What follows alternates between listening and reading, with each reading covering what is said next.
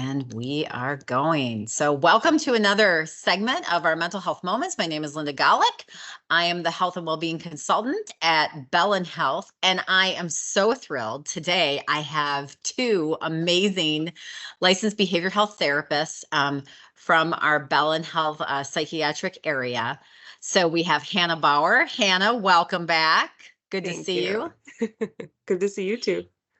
And brand new to joining our broadcast here today is Michaela Vandenboom. How are you, Michaela? I'm doing well. Happy to be here.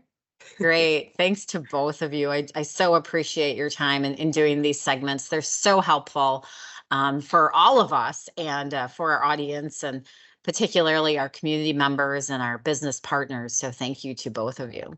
So I wanted to revisit today. I feel like we, in the beginning of these segments, when we first started them 4+ years ago, and we were in the middle of the COVID pandemic, we spent a bit of time really talking about burnout, because with the pandemic came a lot of these episodes of burnout, right? Like people were either working excessively or maybe they were watching Netflix excessively, whatever that looks like. And I feel like since then, maybe burnout hasn't gotten as much attention. But when I talk to friends and family and colleagues, I really feel like burnout is ever so present.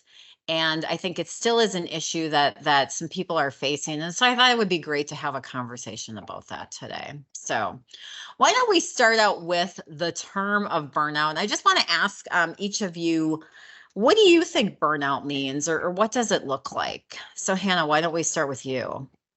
I think it can look different depending on like where you are. I mean, if you're in terms of working, like you can burn out just on your caseload, like how much working you're doing, how many hours a day you're working, if you're working from home and taking that work home and you just like never get a break.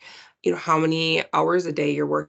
If you're working 12 hours a day, that's a lot. If you're picking up extra shifts, then you're not feeling like you're able to say no. Same if you're not necessarily working, say you're a stay-at-home mom, you just don't get a break. The work never ends. There's burnout there too, where you feel like you can't get a break, you can't get a breath in, the work never ends. Again, you don't see the end. I would describe that as burnout, where you feel like you just don't know where you can get that break or who you can ask for help. Yeah, absolutely. What do you think, Michaela? How would you describe burnout? I like to think of it as you've got a gas tank, right? Your gas tank's empty. You have a lot of miles to go yet, and you don't have any gas to get there. So whether that's your personal life, your work life, you just have nothing left to give, but you have umpteen million things ahead of you that you can't check off. So I think, part of it is just our culture just kind of has this expectation of us, right? We're just supposed to be everything. We're supposed to be awesome moms or dads. We're supposed to be awesome at our jobs. We're supposed to be a good neighbor, a good child, a good sister, a good brother, all these things that come into play. And I think it's important for us to take a step back and know there are human limitations, right? Right. Yes. Yes. Yeah. Something that I think is really important. Like your best is going to look different depending on the day. You cannot be everything to everyone all the time.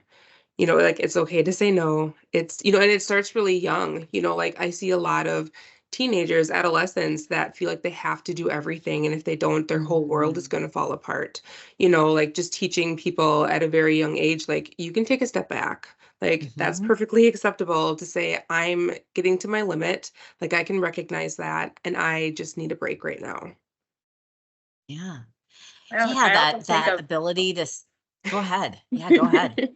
I was also just thinking, I know you mentioned, when you first started these segments, you talked about burnout, but how differently things were at that point where we didn't have a lot of that extra stuff going on in our lives because half of what was our normal was no longer existent or there. And now we have trucked on with different expectations. Like our roles have completely changed. So many people have changed their work environments, their school environments. Things have rapidly changed so fast, and we don't have that okay in that time to stop all the extra things and all the extra noise in our life. So we're expected to be those perfect people doing all those perfect things while still managing everything else that has since returned to its new normal.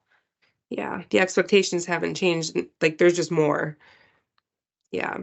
Yeah, and I even wonder if just the backlash of the pandemic and how quickly everything evolved and how so much in our lives changed. We work Mm-hmm. differently. Like you said, kids can go to school remotely as needed and all the expectations that go with that.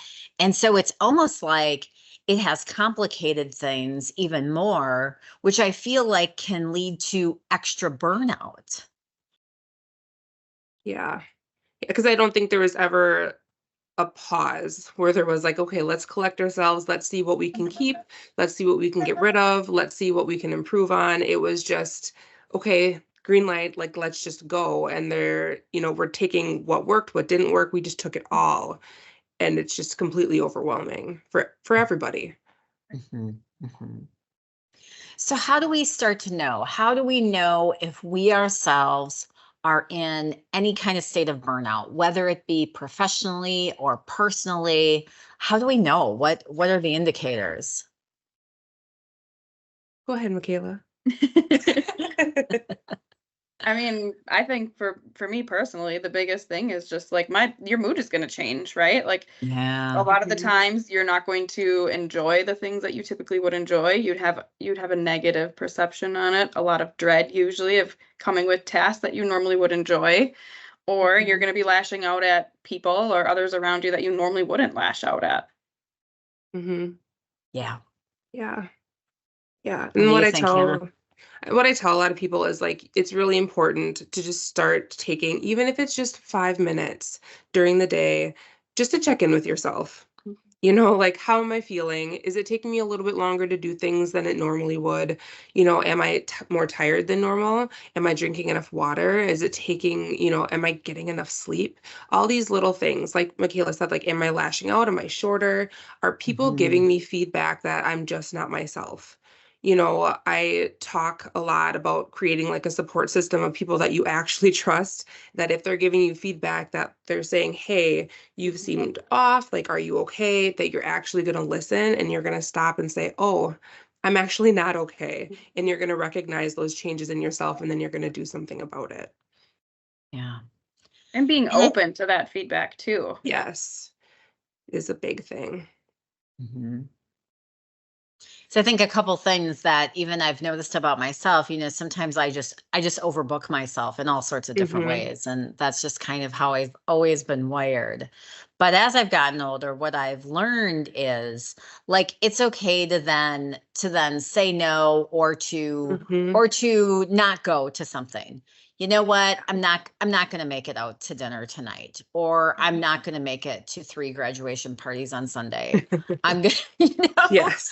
um, because you can start to tell that about Hmm. yourself. And I know some signs for myself are, yeah, not only the mood and the crabbiness, but just the exhaustion, like the absolute exhaustion, like the feeling of I could take 2, 3 naps a day and still not feel rested. Like that's when I know, like, whoa, something's going on here, and you Yeah. need to take something off the list, or more importantly, you need to put yourself back on the list, Yeah. right? Yeah. That's a good way to put it. Hmm. So whether it's sleep or whether it's, Yeah. just doing Yeah. something for yourself, taking a break Mhm. from all that you have as your Yeah. responsibilities. Yeah. Or just saying no. I think it's really hard for people if you're being asked, like, hey, can you do X, Y, or Z? Our instinct, especially for people pleasers, is just to say yes in the moment because you just want it to be done. You want to be nice. You don't want people to be upset with you. And then there's like that instant regret. So, you can just say, I'm not sure. Let me think about it. Or you could, tell them no.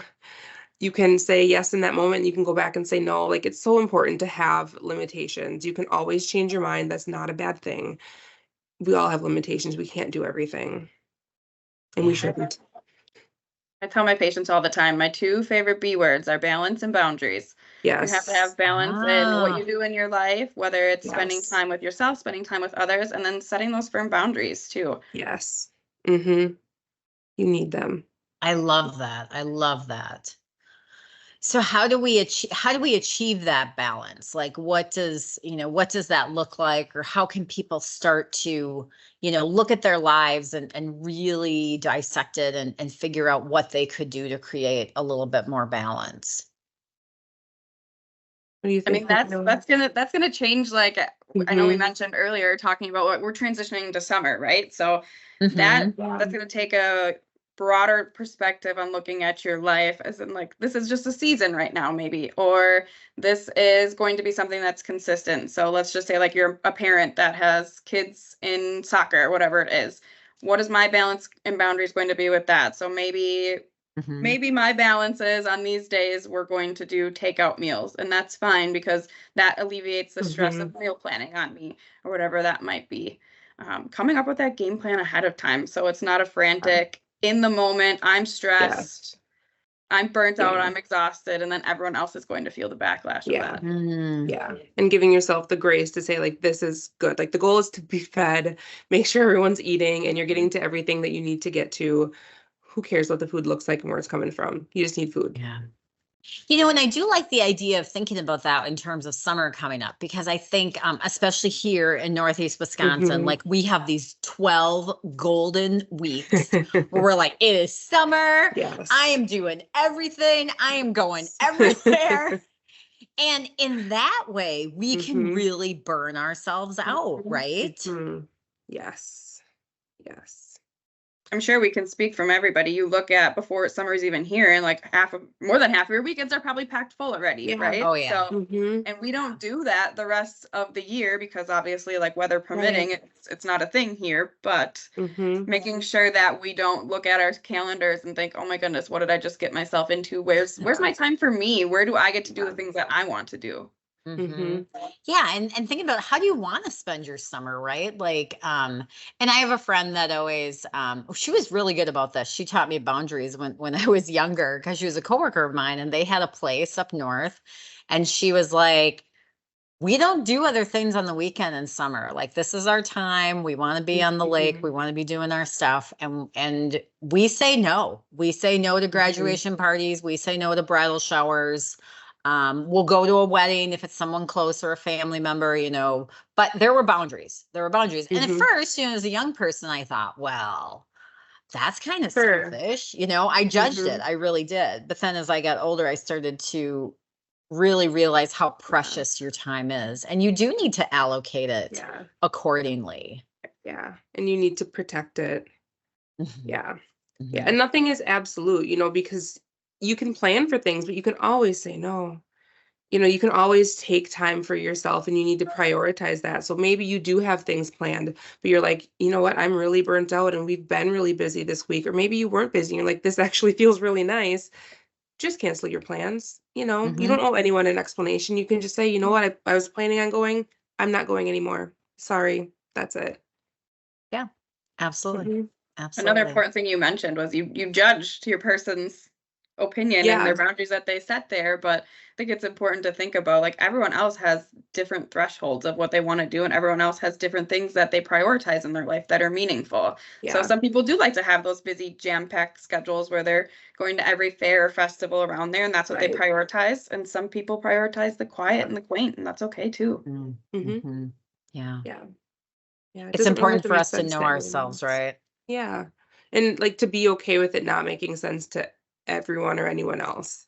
You know, people are going to have other thoughts on what is important to them. They're going to have different priorities. They're going to have different, limitations. But really, what matters is like what's important to you in that moment, what you have the capability of doing, and honoring that and protecting your own peace. Good, good. How do we also, I just wanted to bring up for a little bit, the idea of burnout in our kids. I feel like kids get really overscheduled and stuff too, and there's a lot of demands put on our kids. How do we keep an eye out for that so that our kids don't, go down the path of burnout? Yeah. So I think again, that starts ideally younger, encouraging them to talk to you, like them knowing their bodies, them being able to say, like, I'm feeling this way, I need a break, and then giving them that break. It's not helpful to tell them, hey, let me know how you're feeling and we can do this, them telling you how they're feeling and then you not giving them and honoring that option. Just being consistent.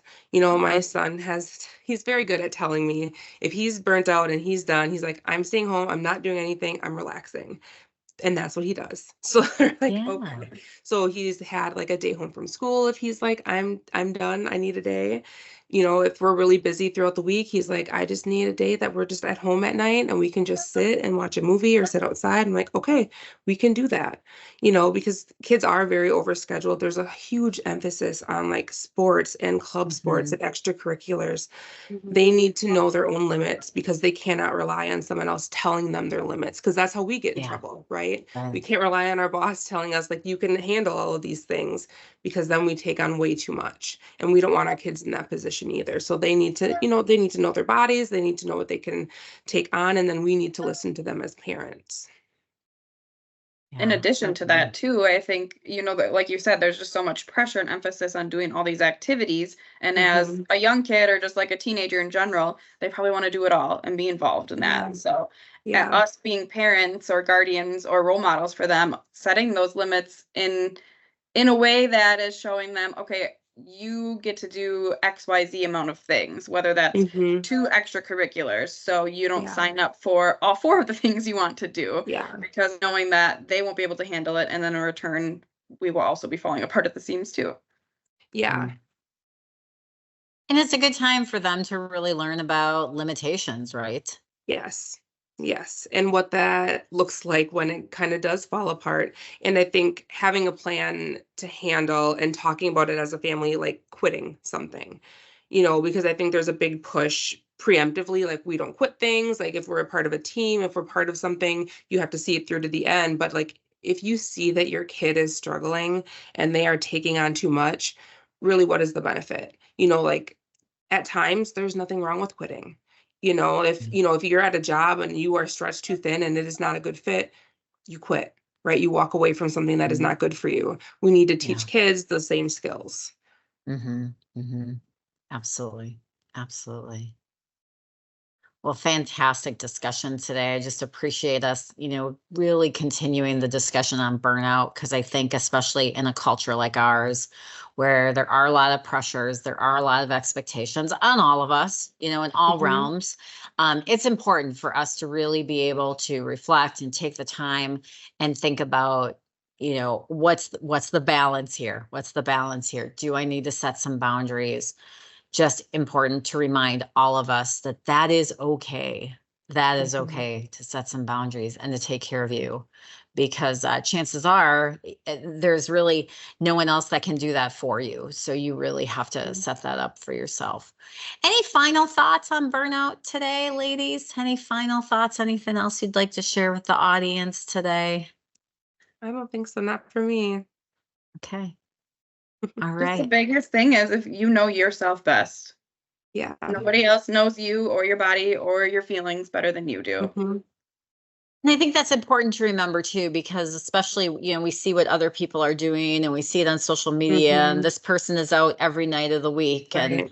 And, this girl is in her pajamas early, but that's what I require, that's what I need to feel balanced. And that's what I need to wake up the next day and feel like I can seize the day. So I know that about myself, and I just have to, abide by that. Yeah. It's good reminders for all of us. We know ourselves best. So, well, Hannah and Michaela, thank you so much for being with us today. Just great to chat with you ladies, and just looking forward to segments in the future where we can learn more from both of you. So thank you to our audience for listening or watching today. Please like, subscribe, and share this podcast, and we'll see you next time.